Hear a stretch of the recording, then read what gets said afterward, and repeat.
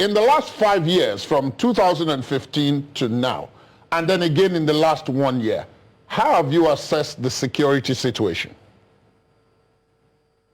Yeah, thank you. I'll say yes, in the last 5 years, there have been advances in the security situation, a lot of advances.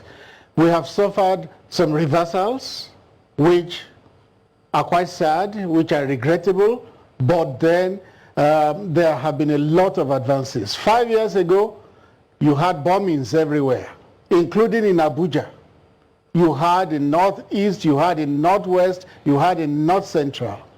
But today is not the situation.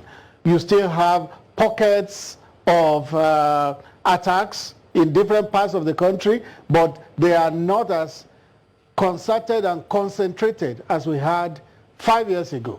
So now, compared to 5 years ago, there is a wide difference. How about from a year ago? Yes, that's why I said there are advances and there are some reversals. But if you want to look at the average, the advances far outweigh the reversals. When the reversals come, they are quite bad and sad, and they are dampeners. But then, if you compare the advances and the reversals, you will see that the advances far outweigh the reversals.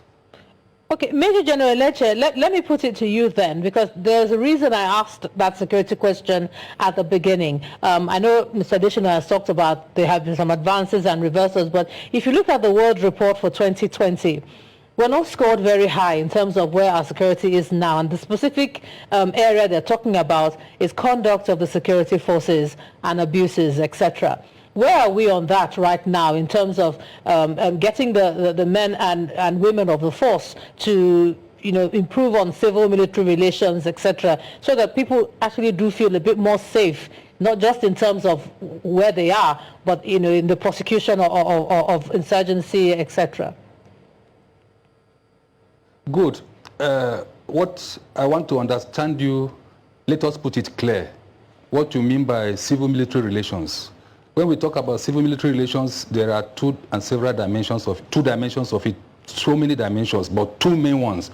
What are you doing with the public? How are you relating with them? Vis-a-vis international human rights laws and international humanitarian laws, guided by extant conventions such as